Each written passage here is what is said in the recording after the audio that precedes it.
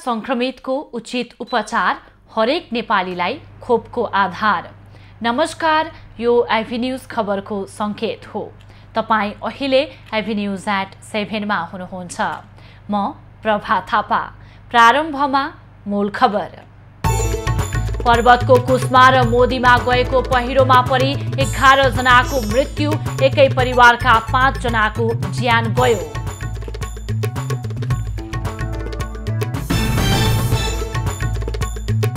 ओडा अधिवेशन सुरु भएसँगै कांग्रेसमा बढ्यो महाधिवेशनको चहल पहल।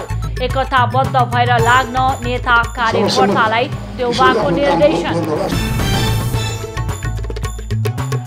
दार्चुला ट्विन प्रकरणका दोषीलाई कारबाही गर्न चौतर्फी दबाव। घटनाको विरोध गर्दै काठमाडौँमा मोदीको पुतला दहन। उच्च शिक्षाको इतिहास बनाएको त्रिचन्द्र कलेजको भौतिक संरचना जीर्ण, खण्डहरुमा परिणत हुन लाग्दा पनि पुनर्निर्माणमा बेवास्ता।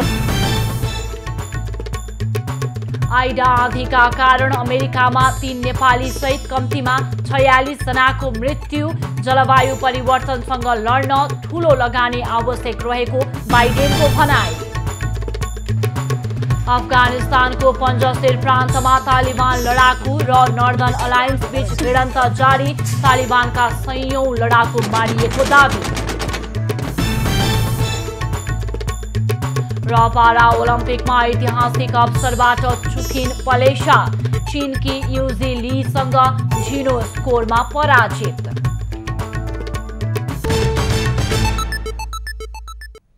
अब खबरको सिलसिला प्रारम्भ गरौं पर्वतमा पहिरो सम्बन्धी प्रसंगबाट। अविरल वर्षापछि पर्वतका विभिन्न ठाउँमा पहिरो खसेर घर पुरिँदा एकै परिवारका 5 सदस्य सहित 11 जनाको मृत्यु भएको छ। कुस्मा नगरपालिका 3 दुर्लुङमा स्थानीय माधव पौडेलको घर पहिरोले पुरिँदा उनकी 75 वर्षीय आमा कौशल्या पौडेल, 35 वर्षीय श्रीमती भगवती पौडेल, छोरीहरू 16 वर्षकी विमला, 11 वर्षकी विनिता र छोरा 9 वर्षका विनोदको ज्यान गएको हो। घरमुली माधव भने वैदेशिक रोजगारीको सिलसिलामा कटारमा रहेका छन्। त्यस्तै कुस्मा 11 पकुवामा पनि पहिरोले घर पुरिँदा अन्य 3 जनाको मृत्यु भएको छ। मृत्यु हुनेमा 70 वर्षीय डल्ली पौडेल, उनकी 40 वर्षीय बुहारी माया कुमारी र 3 वर्षीय नाति प्रयुसु पौडेल रहेका छन्। त्यस्तै कुस्मा 11 सिल्मेमा पनि पहिरोले घर पुरिँदा 38 वर्षीय दुर्गा पौडेल र उनका 6 वर्षीय छोरा गणेश पौडेलको ज्यान गएको छ। मोदी गाउँपालिका 7 रामजाकी दुर्गा आफन्त कहाँ पाहुना आएकी थिइन्। त्यस्तै मोदी गाउँपालिका 5 अम्मोटकी 5 वर्षीय फुलमाया थापाको पनि पहिरोमा परेर मृत्यु भएको छ। प्रधानमन्त्री एवं नेपाली कांग्रेसका सभापति शेरबहादुर देउवाले लोकतान्त्रिक प्रक्रियाबाट नेतृत्व चयन गरी पार्टी संगठनलाई थप सशक्त बनाइने बताएका छन्। शुक्रबार भक्तपुरबाट पार्टीको ओडा अधिवेशनको सुरुवात गर्दै प्रधानमन्त्री देउवाले महाधिवेशनको सफलताका लागि एकताबद्ध भएर लाग्न नेता कार्यकर्तालाई निर्देशन दिएका हुन्। उनले आगामी दिनमा कांग्रेस बलियो र सशक्त हुने विश्वास समेत व्यक्त गरे। नेपालको संविधान अनुसार पनि यो चाहिँ संवैधानिक बाध्यता अनुसार पनि हामीले गर्नुपर्नेछ। किनभने कोभिडको बेलामा सबै ठाउँमा चाहिँ कोभिड फैलिएको बेला किन गर्यो भन्ने पनि मान्छेलाई पर्या होला। प्रधानमन्त्री देउवाले आगामी चुनावमा आफूलाई नभएर भक्तपुरका पार्टी सभापति दुर्लभ थापालाई हराएर देखाउन महेश बस्नेतलाई चुनौती समेत दिए। सहभागी गराएर आफ्ना के होला कि आफ्ना के अनुमानले होला असहमति होला सबलाई चिनेर सबलाई सहमत गराएर वर्ष सबै साथीहरूले सर्वसम्मत किसिमले आफ्नो काम गर्नुहोला। त्यसरी वडादेखि नै मान्छेमा गर्नुहोला। केही दिनअघि भक्तपुरमा एमाले नेता महेश बस्नेतले शेरबहादुर देउवा चुनावमा लड्न आए आफूले सहजै जित्ने बताएका थिए। नेकपा एमालेका प्रवक्ता प्रदीप गेवालीले वर्तमान सरकार विदेशी शक्तिको इशारामा चलेको आरोप लगाएका छन्। शुक्रबार एमाले ललितपुर जिल्ला कमिटीले ललितपुरमा गरेको कार्यक्रममा गेवालीले वर्तमान सरकारले देश र जनताका लागि नभएर विदेशीको इशारामा काम गरेको आरोप लगाएका हुन्। उनले दार्चुलामा तुइन काटेर नेपाली बेपत्ता भएको घटनादेखि लिपुले कालापानीका विषयमा सरकार मौन बसेको आरोप लगाए। निर्वाचनमा जनादेशको माध्यमबाट फेरि आफ्नो पार्टी सरकारमा आउने उनको दाबी थियो। महाकाली नदीमा खसेर बेपत्ता भए आज 34-35 दिन भयो। सरकार चुइक्क बोल्दैन। हिजो सुन्नुभयो नि भारतका विदेश मन्त्रालयका प्रवक्ताको समाचारमा सुनेको नेपाल सरकारले अहिलेसम्म केही भनेकै छैन। नागरिक मारिएका छन् अथवा बेपत्ता पारिएका छन्, सरकार चुइक्क बोल्दैन। हो, यही गर्नको निम्ति केपी ओलीको सरकारलाई हटाइएको हो। यही लज्जास्पद एउटा आत्मसमर्पणका निम्ति केपी ओलीको सरकारलाई हटाइएको। समस्या भारतसँग छ। समस्या लिपुलेक, लिम्पियादुरा, कालापानी फर्काउनु पर्ने छ। एमाले सरकारमा आएपछि फेरि देशलाई समृद्ध नेपाल, सुखी नेपालीको राष्ट्रिय अभियानमा साथ अघि बढाउने उनको भनाइ थियो। नेकपा एकीकृत समाजवादीको विद्यार्थी संगठनले भारतीय प्रधानमन्त्री नरेन्द्र मोदीको पुतला दहन गरेको छ। दार्चुलाको महाकाली नदीमा जयसिंह धामी बेपत्ता प्रकरणलाई लिएर प्रदर्शनी मार्गस्थित रत्न राज्य क्याम्पसमा संगठनका कार्यकर्ताहरूले मोदीको पुतला दहन गरेका हुन्। सरकारले धामीको बारेमा सत्य तथ्य बाहिर ल्याउन र नेपाली आकाशमा अनधिकृत भारतीय उडान गरेको विषयमा सरकार चुप लागेर बसेको उनीहरूको आरोप थियो। जयसिंह धामी साउन 15 गते गाउँबाट सदरमुकाम खलङ्गा जाने क्रममा एसएसबीले तुइन फुकालिदिँदा बेपत्ता भएका थिए। सरकारले साउन 17 गते घटनाबारे अनुसन्धान गर्न 5 सदस्यीय छानबिन समिति गठन गरेको थियो। उक्त समितिले जयसिंह धामी बेपत्ता हुनुमा भारतीय सीमा सुरक्षा बल एसएसबीको संलग्नता रहेको उल्लेख गर्दै दोषी उप कानुनी कारबाहीका लागि भारतसँग कूटनीतिक पहल गर्न सुझाव समेत दिएको थियो। एमसीसी सम्झौता खारेजीको माग गर्दै महाराजगञ्ज स्थित अमेरिकी राजदूतावास अगाडि युवाले प्रदर्शन गरेका छन्। एमसीसी खारेज राष्ट्रिय अभियानले शुक्रबार दूतावास अगाडि प्रदर्शन गरेको हो।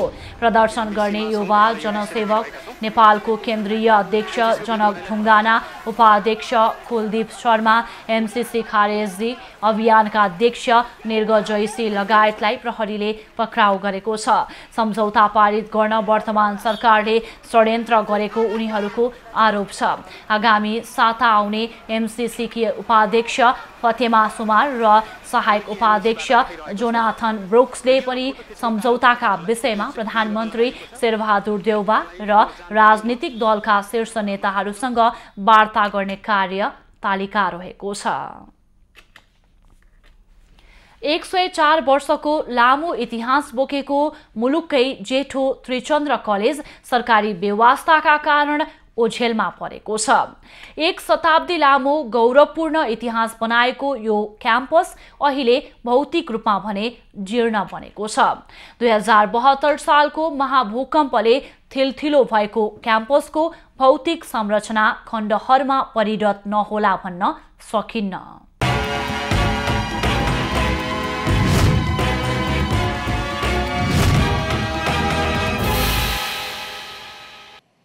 एक शताब्दी भन्दा बढी वसन्त पार गरेको यो काठमाडौँको मुटुमा रहेको त्रिचन्द्र कलेज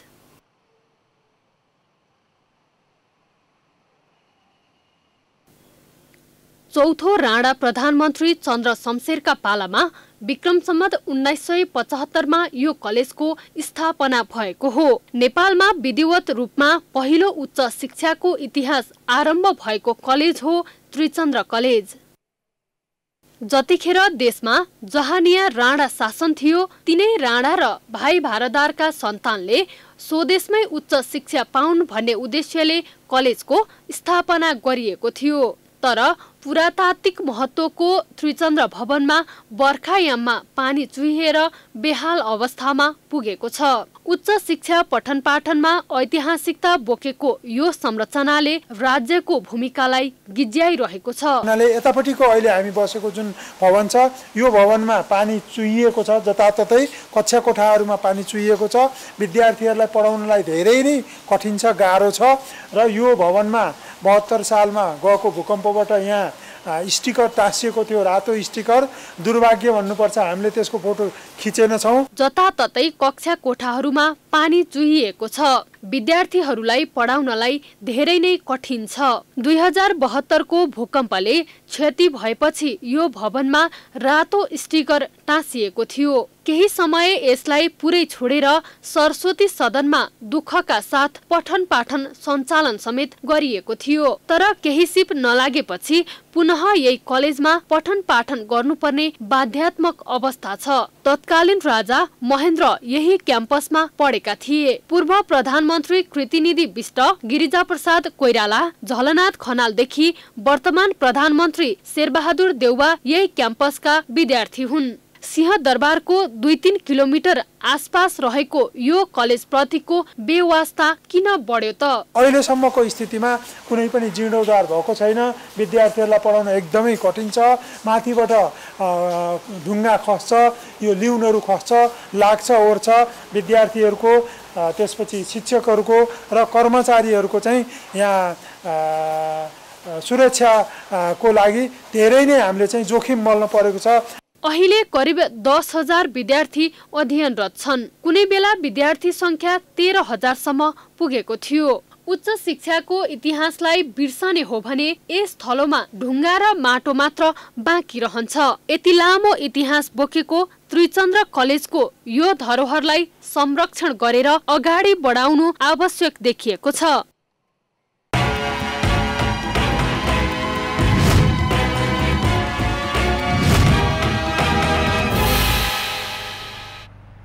नेपालमा थप 1,756 जनामा कोरोना संक्रमण पुष्टि भएको छ। पछिल्लो 24 घण्टामा देशभर गरिएको 9,773 PCR परीक्षणका क्रममा 1,357 र 4,561 एन्टिजेन परीक्षणका क्रममा 379 जनामा कोरोना पुष्टि भएको स्वास्थ्य मन्त्रालयले जनाएको छ।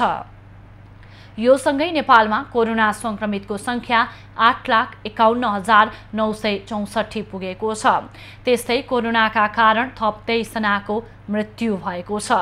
हालसम्म नेपालमा 10,809 जनाले कोरोनाका कारण ज्यान गुमाएका छन्।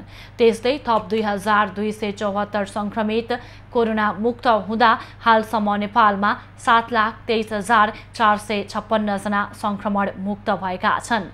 हाल 33,007 सक्रिय संक्रमित आइसोलेसनमा र 274 जना क्वारेन्टिनमा रहेका छन्। त्यस्तै हालसम्म नेपालमा 39,46,189 वटा PCR र 4,81,821 वटा एन्टिजेन परीक्षण गरिएको मन्त्रालयले जनाएको छ। संक्रमणबाट जोगिन र संक्रमण सर्न नदिन मास्कलाई उपयुक्त विकल्पको रूपमा मानिएको छ।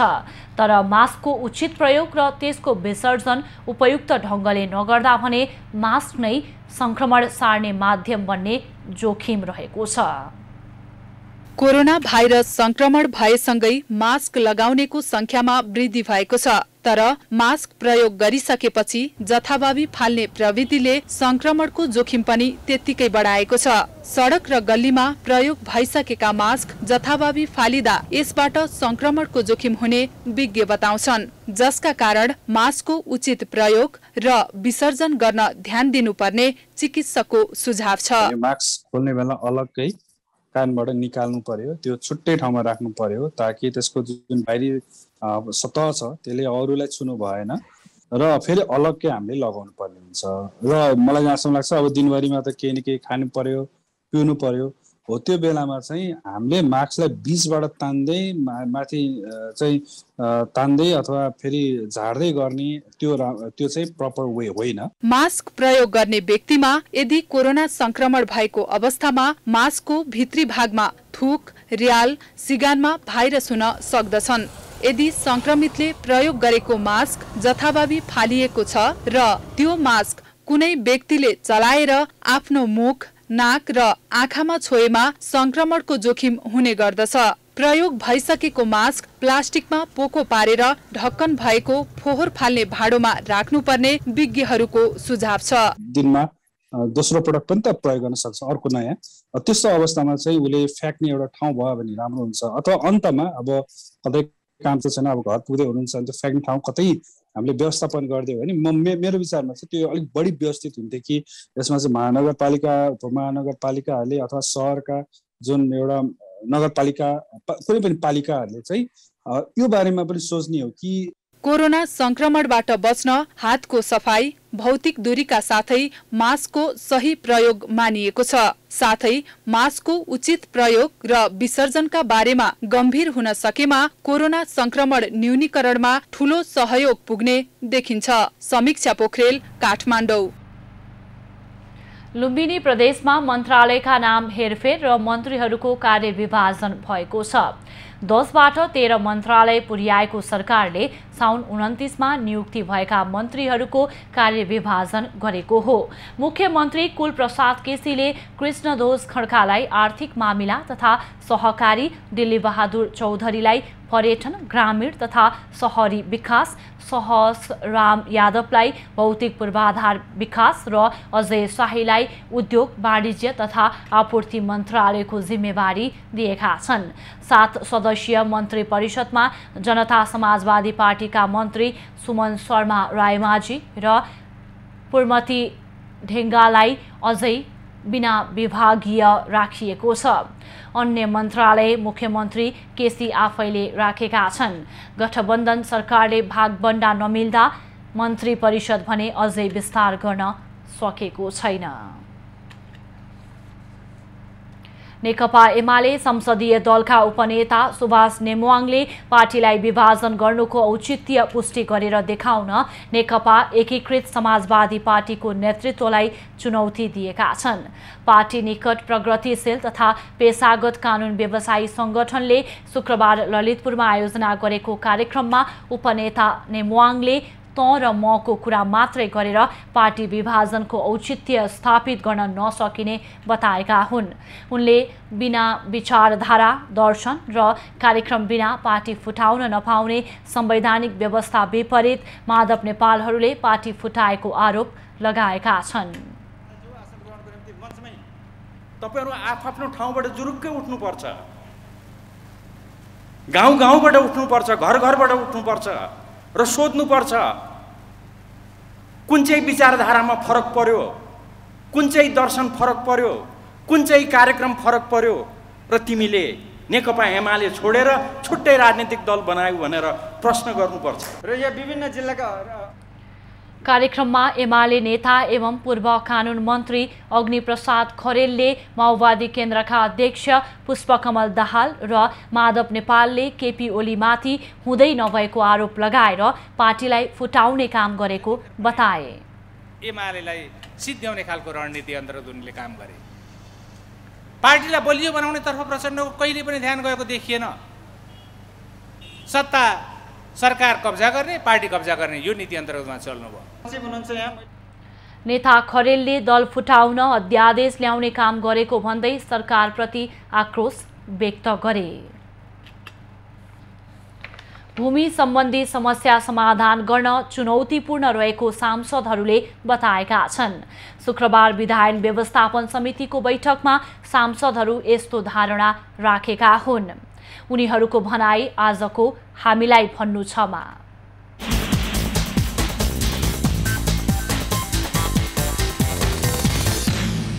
यो भूमि दिने भन्ने कुरा चाहिँ प्राविधिक भन्दा पनि मोर पोलिटिकल इस्यु हो हैन। त्यसले गर्दाखेरि यति धेरै आयोगहरू बन्दै खारिज हुँदै गरिरहेको अवस्था हो।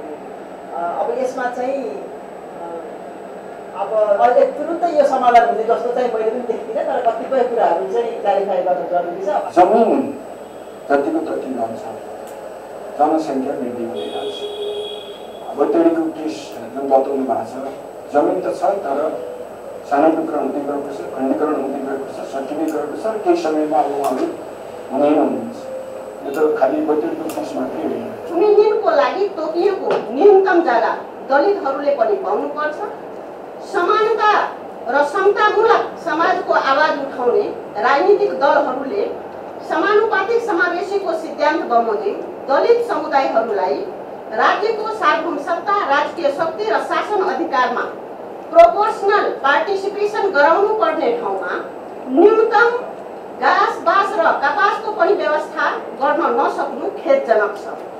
वास्तवमा यो सरकार र जनताको बुझाइमा एउटा साझा ढङ्गले चाहिँ एकरूपता आयो भने या त यसलाई हामीले सम्पदाको हिसाबमा बुझ्ने या यसलाई चाहिँ सम्पत्तिको हिसाबमा बुझ्ने भन्ने कुरामा आउन, जस्तो अहिले चाहिँ एकदम मिसावट जस्तो देखिन्छ। किन भन्दाखेरि यसलाई हामीले सम्पदाको हिसाबले स्वीकार गरेको जस्तो देखिन्छ, सम्पत्तिको हिसाबले पनि स्वीकार गरेको देखिन्छ। अब बाँकी खबर।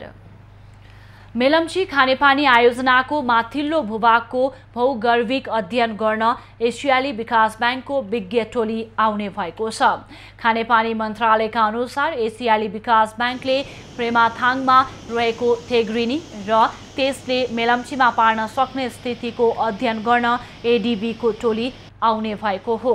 खानेपानी मन्त्रालयले उक्त भूभाग जोखिमयुक्त रहेको भन्दै एडिबीलाई अध्ययन गरिदिन अनुरोध गरेको थियो। हाल ब्रेमाथाङको भौगर्भिक अवस्थाबारे इसिमोड लगायत संस्थाले आफ्नो हिसाबले अध्ययन गरिरहेका छन्, तर खानेपानी मन्त्रालयले भने एडिबीबाटै अध्ययन गराउन खोजेको हो। एडिबी मेलम्चीको खानेपानी आयोजनाको विकास साझेदार संस्था पनि हो। एडिबीले मेलम्चीको माथिल्लो भूभागको स्थिति, त्यसलाई नियन्त्रण गर्न सकिने वा नसकिने, सकिए के कसरी गर्न सकिन्छ भन्ने समग्र प्रतिवेदन दिने बताइएको छ। मेलम्ची माथिको भूभागमा वर्षौंदेखि हिम पहिरोले ल्याएर थेग्रिनी जम्मा गरेको देखिएको छ। हाल त्यही थेग्रिनी बगेर मेलम्ची आयोजनालाई क्षति गरिरहेको छ। नेपाल पर्यटन बोर्ड र trekking agency association of Nepal टान बीच जीविकोपार्जनका लागि दिगो पर्यटन पुनरुत्थान गर्ने सम्झौता भएको छ। शुक्रबार काठमाडौँमा आयोजित एक कार्यक्रममा बोर्ड र टान बीच जीविकोपार्जनका लागि दिगो पर्यटन पुनरुत्थान गर्ने सम्झौता भएको हो। जीविकोपार्जनका लागि दिगो पर्यटन पुनरुत्थानका लागि नेपाल पर्यटन बोर्ड र ट्रेकिङ एजेन्सीज एसोसिएसन अफ नेपालले सहकार्य गर्ने भएका हुन्। शुक्रबार आयोजित सम्झौता कार्यक्रममा नेपाल पर्यटन बोर्डका प्रमुख कार्यकारी अधिकृत डाक्टर धनञ्जय रेग्मीले नेपाल पर्यटन बोर्डको गल्ती भए सुझाव दिन तर अन्यथा नकारात्मक टीका टिप्पणी नगर्न आग्रह गरे। उनले राज्यले ध्यान दिन नसकेको बेलामा पर्यटन बोर्डले 70,000 देखि 1 लाखसम्मको काम खोज्नु भनेको आफैमा उदाहरणीय काम भएको बताए। रेग्मीले नेपालको प्रचार प्रसार गर्दा विदेशमा एकै प्रकारले गर्न आग्रह गरे। नेपाललाई प्रेजेन्ट गर्दा म गएर एक तरिकाले गर्छु, अमेरिकामा बस्ने राजदूतावासले एक प्रकारले गर्ला, स्पेनमा आएको त्यस्तो नहोस्। नेपाल एउटै हो। तपाईँ हामी बरु डिस्कस गरौँ के कस्तो खालको नेपाल चिनाउन खोजेको त ग्लोबली हामी कन्फ्युज नगरौँ। हामी एउटा चाहिँ क्लियर पिक्चर दिउँ नेपालको बारेमा भनेर अहिले नेपाल पर्यटन बोर्डले त्यतातिर पनि काम गरिरहेको छ। कार्यक्रममा टानका अध्यक्ष खुमबहादुर सुवेदीले पर्यटन विकासको लागि समूहगत रूपमा काम गरिरहेको बताए। उनले पर्यटन व्यवसायसँग जोडिएका सबै श्रमिकहरूको सहकार्य र सहयोगमै टानले आफ्नो काम अघि बढाइरहेको जानकारी दिए। पर्यटन बोर्डसँगको यो सम्झौताको काम टानले दत्तचित्त गर्ने बताउँदै अध्यक्ष सुवेदीले सबैलाई जोडेर अन्तिममा गोल हान्ने काम टानको हातमा रहेको बताए। हामीले सम्पूर्ण पर्यटनसँग रिलेटेड श्रमिकहरूलाई रोजगारी दिनुपर्ने छ। हाम्रा पदयात्रा र प्रवर्तकहरू मात्र होइन, सबैले दिनुपर्ने नेपाल टुरिज्म बोर्डको दायित्व युएनडीपीले राखेको आफ्नो एउटा उद्देश्य रहेको हुँदा त्यो एउटा टान पनि एउटा पात्र हो। त्यो भित्र चाहिँ पदयात्रा र प्रतारणमा मुख्य हिस्सेदार राखेको छ। अध्यक्ष सुवेदीले टानले अब ढिला नगरिकन नेपाल पर्यटन बोर्डसँग सहकार्य गरेर पर्यटन विकास र प्रवर्धनको कामलाई अघि बढाउने जानकारी दिए। टानले के गर्यो भन्ने प्रश्न आइरहेको बताउँदै अध्यक्ष सुवेदीले टान सम्बन्धित सबै निकायसँग सहकार्य गरेर अघि बढ्ने प्रश्न पारे। डडेलधुराको एक विद्यालयले विद्यार्थीहरूलाई कृषि विषय अध्यापनसँगै खेती गरिरहेको छ। गन्यापधुरा गाउँपालिका वडा नम्बर 1 मा पर्ने सरस्वती माध्यमिक विद्यालयका विद्यार्थीहरूले खेती गरेर पढाइ खर्चको व्यवस्थापन गरिरहेका छन्। डडेलधुराको गन्यापधुरा गाउँपालिका वडा नम्बर 1 मा रहेको श्री सरस्वती माध्यमिक विद्यालय भतकाँडाले कृषि प्राविधिक विषयमा अध्यापन गराउन थालेपछि विद्यार्थीहरूको आकर्षण बढेको छ। कृषि अर्थात् बाली विज्ञान विषय अध्ययन गर्ने विद्यार्थीका लागि प्रयोगात्मक विधिबाट अध्यापन गराउन थालेपछि जिल्ला बाहिरबाट समेत विद्यार्थीहरू अध्ययनका लागि पुग्ने गरेका छन्। सरस्वती माध्यमिक विद्यालयले एउटा चाहिँ यहाँबाट पढाएर स्टडी गरेर जाने विद्यार्थीलाई चाहिँ उसले चाहिँ एउटा राम्रो कृषिको नलेज दिएको छ र यहाँबाट पढेर सकिने विद्यार्थीहरू चाहिँ खेर जाँदैन, जुन चाहिँ अधिकांश विद्यार्थीहरू कृषिमा सफल हुने देखिन्छ। नर्सरी बेर्ना उत्पादनदेखि लिएर अनि रोकिरा व्यवस्थापन र मार्केटिङसम्म कसरी पुर्याउन सकिन्छ र बीचमा के समस्याहरू आउँछन् त्यो सबै चाहिँ हामीले यही फिल्डमा गर्न पाएका छौँ।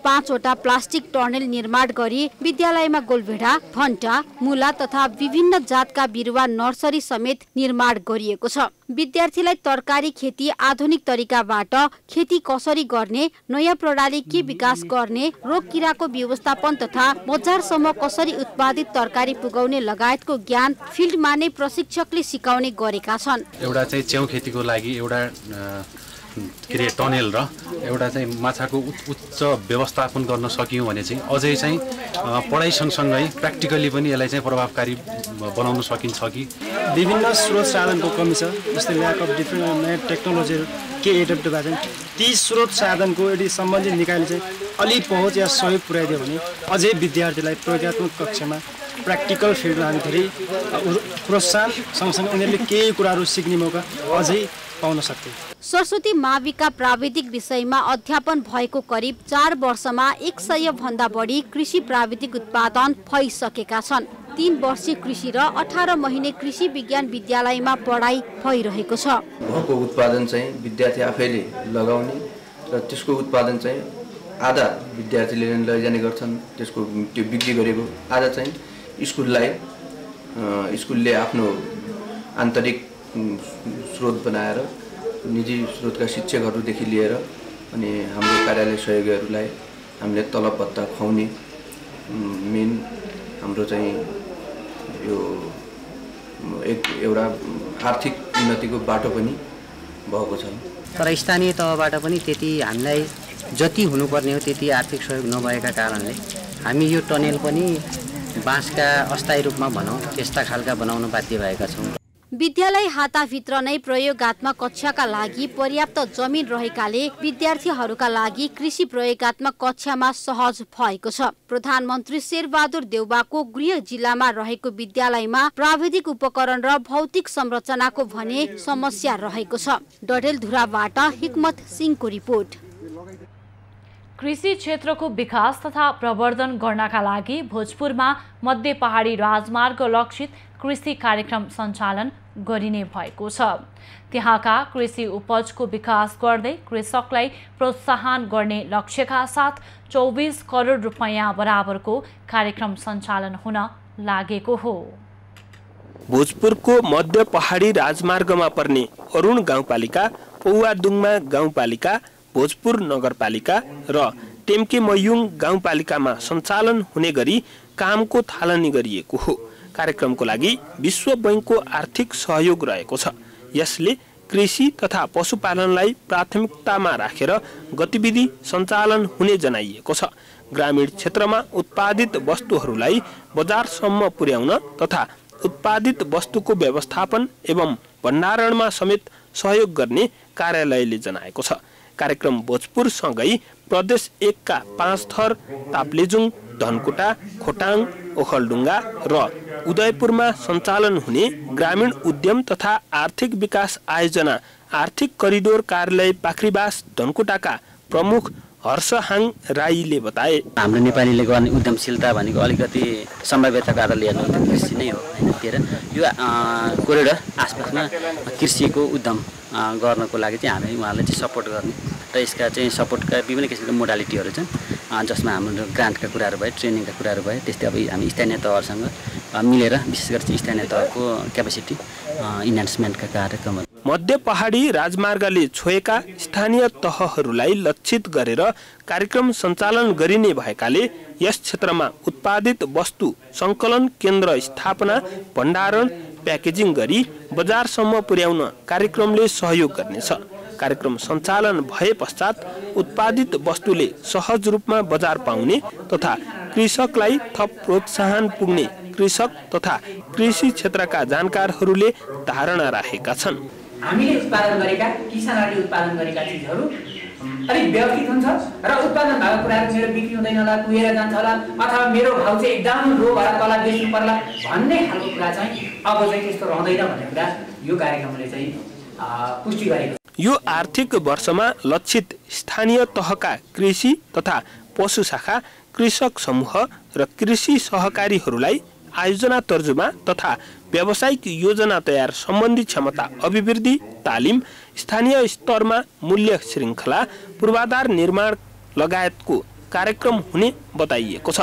युवराज विष्ट, भोजपुर। पाल्पाको अदुवा किसानहरूमा खुसियाली छाएको छ।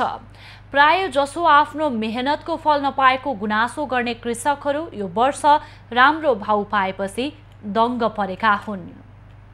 एक दशक अगाडिसम्म मुख्य नगदे बालीको रूपमा स्थापित अदुवाको पाल्पामा पुनः व्यावसायिक रूपमा खेतीको सुरुवात गरिएको छ। कृषि ज्ञान केन्द्रको ब्लक कार्यक्रम अन्तर्गत आर्थिक तथा प्राविधिक रूपमा कृषकहरूले सहयोगका कारण अदुवा खेतीको पुनः व्यावसायिक रूपमा उत्पादन सुरु भएको छ। केही वर्ष अघिसम्म अदुवा खेतीको बजार राम्रो भए पनि भारतीय अवरोधका कारण अदुवा खेती छडेका किसानहरू कृषि ज्ञान केन्द्रको ब्लक कार्यक्रमबाट उत्साहित भएका छन्। गत वर्ष पनि यो अदुवाको लाई अझै व्यावसायिक रूपमा लाने गरी हामीले पाल्पा कृषि ज्ञान केन्द्रलाई पनि अनुरोध गर्नेछौँ भने फेरि पनि गर्ने हामीले चाहिँ योजना बनाएछौँ। प्रदेश सरकार अन्तर्गत कृषि ज्ञान केन्द्रको आर्थिक तथा प्राविधिक सहयोगमा स्थानीय सहकारीको समन्वयमा जिल्लाको पूर्व खोला बगनासकाली गाउँपालिकाका व्यावसायिक रूपमा खेती सुरु भएको हो। अदुवा खेतीबाट कृषकहरूले दोहोरो फाइदा लिन सफल भएका छन् भने उत्पादित वस्तुको बढी मूल्य भएका कारण व्यावसायिक रूपमा खेती गरेको किसानहरू बताउँछन्।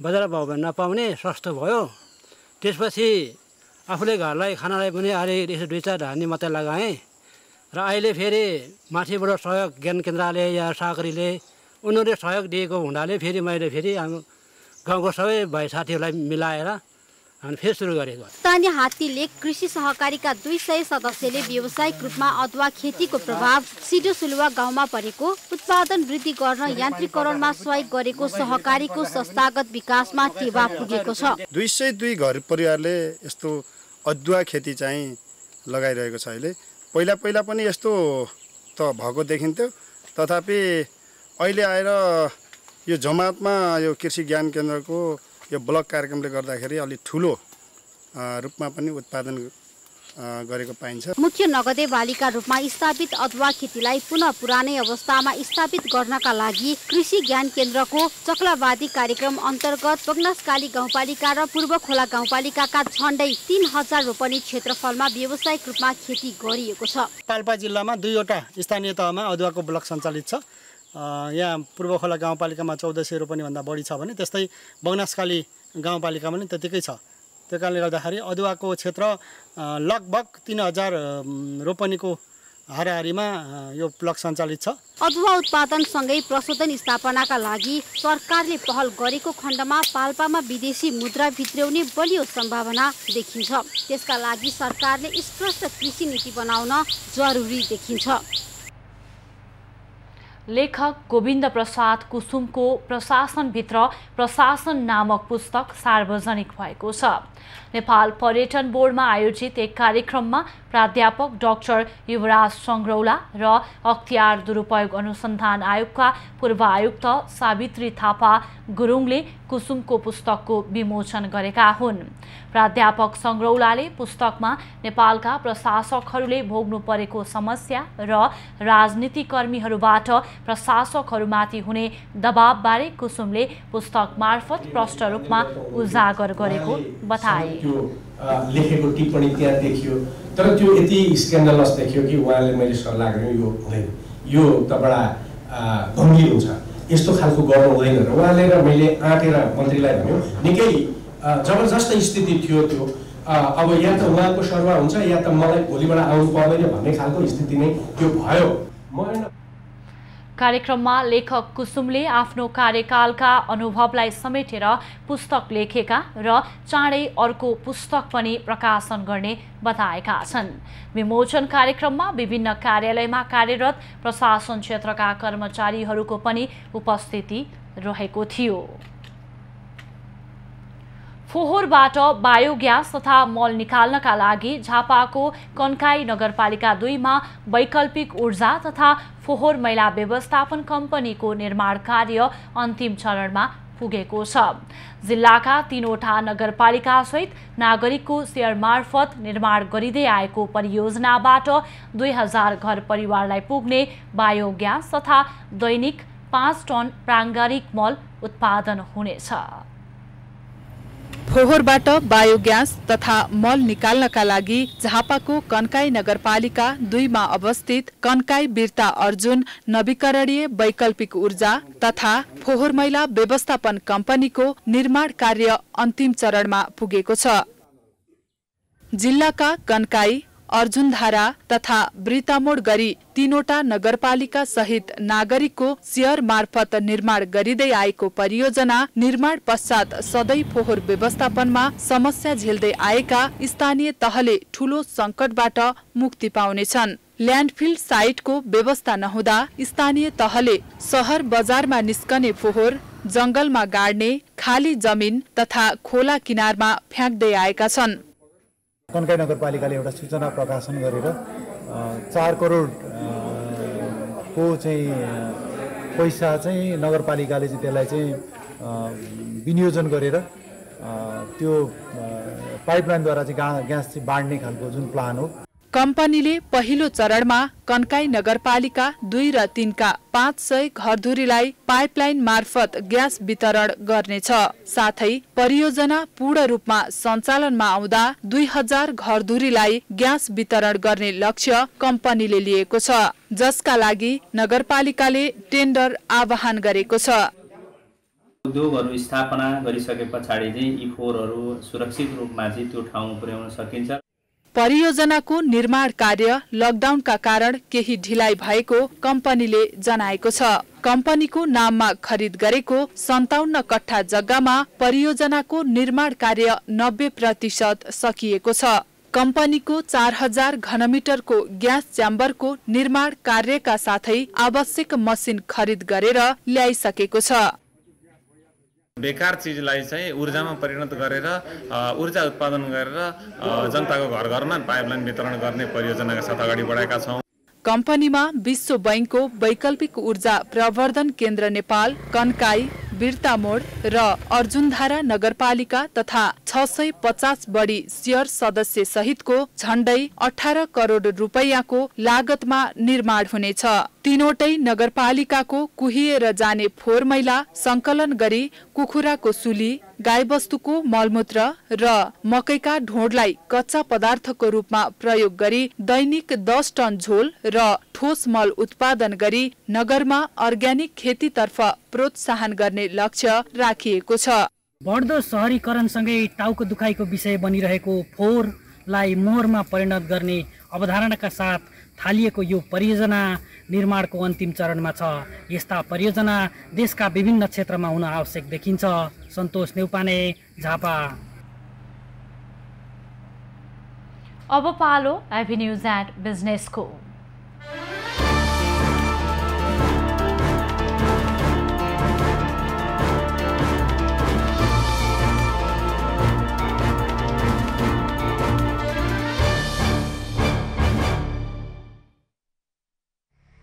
सुनसरीको कोशी कटान क्षेत्रमा 2 वर्ष अघिबाट थालिएको अन्तर्राष्ट्रिय बोयर गोठ फार्ममा 3 महिनाको एउटै पाठी 2.5 लाख रुपैयाँमा बिक्री भयो। अस्ट्रेलियाबाट चिम्पान्जी जातको बोका र बोयर बाख्रा ल्याएर सुरु गरिएको सो फार्मले 2 चरणका पाठापाठी बिक्री गरिसकेको छ। फार्ममा तयार भएका बाख्रा मासुका लागि भन्दा पनि बिउ र उत्पादनका लागि बिक्री हुने गरेको छ। बोयर जातको एउटै बोका 6 देखि 8 लाख रुपैयाँसम्म बिक्री हुने गरेको छ। बच्चाहरू चाहिँ हामी अब 2,30,000 देखि 2,80,000सम्म 3.5 महिना कटेको 4 महिनाको भित्रको बच्चा चाहिँ हामी त्यसरी बेच्दैछौँ। यस्तै डुम्राहकी कोपिला कार्कीको परिवारले पनि व्यावसायिक बाख्रा पालनबाट राम्रो आम्दानी गर्दै आएका छन्। उनको फार्ममा अहिले 150 खसी बाख्रा छन्। उत्पादित खसी बोका मासुका लागि स्थानीय बजारमै खपत हुँदै आएको उनले बताइन्। 2-4 गरेर नै हाम्रो बाख्रा बिक्री हुन्छ। हामीले बाहिरी बजार खोज्नु परेको छैन अहिलेसम्म चाहिँ हामी यहीँ बेच्छौँ र हाम्रो चाहिँ मूल्य लोकल हामी 700 रुपियाँ केजी दिन्छौँ, बोयर प्लस 1000 दिन्छौँ। व्यावसायिक रूपमा बाख्रा पालन गर्दा भेटेरिनरी अस्पताल तथा पशुविज्ञ सेवा केन्द्र इनरुवाले आवश्यक परामर्श र अनुदान दिँदै आएको छ। त्यसैले पनि पछिल्लो समय व्यावसायिक बाख्रा पालनमा किसानहरू आकर्षित भएका छन्।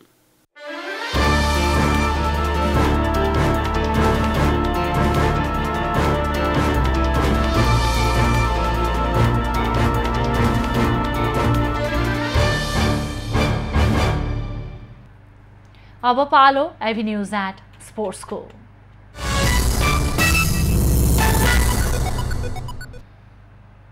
टोकियो पारा ओलम्पिकमा नेपालकी पारा तेक्वान्डो खेलाडी पलेशा गोवर्धन ऐतिहासिक पदक जित्नबाट वञ्चित भएकी छन्।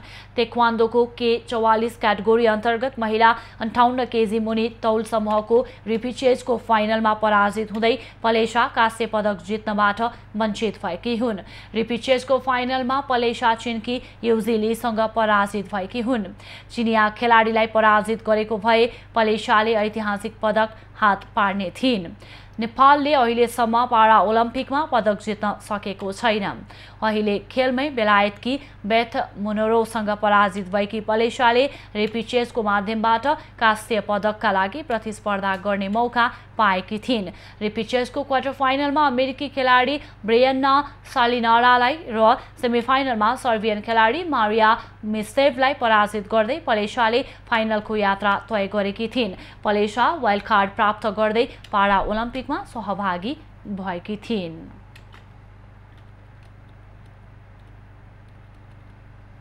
अब पालो एभिन्यूज एट मौसमको।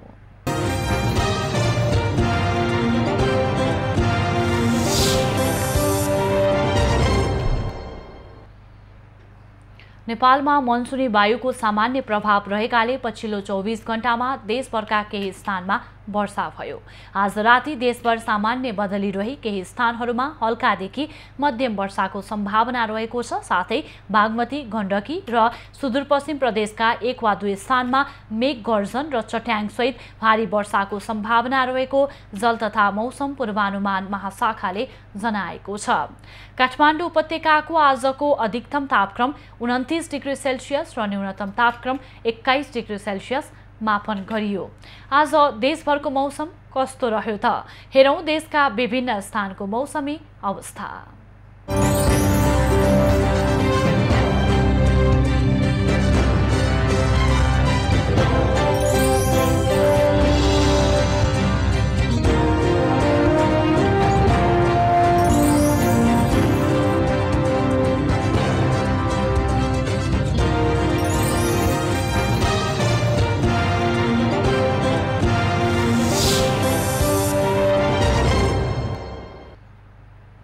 अहिलेलाई खबरको क्रम यति नै। एभिन्यूज खबरका यी सहित अन्य विस्तृत खबरका लागि www.avenews.tv लगअन गर्न सक्नुहुनेछ। युट्युब, फेसबुक र ट्विटरमा पनि हामीलाई फलो गर्न सकिनेछ। खबरभित्रको खबरका लागि हेर्दै रहनुहोला एभिन्यूज खबर। नमस्कार।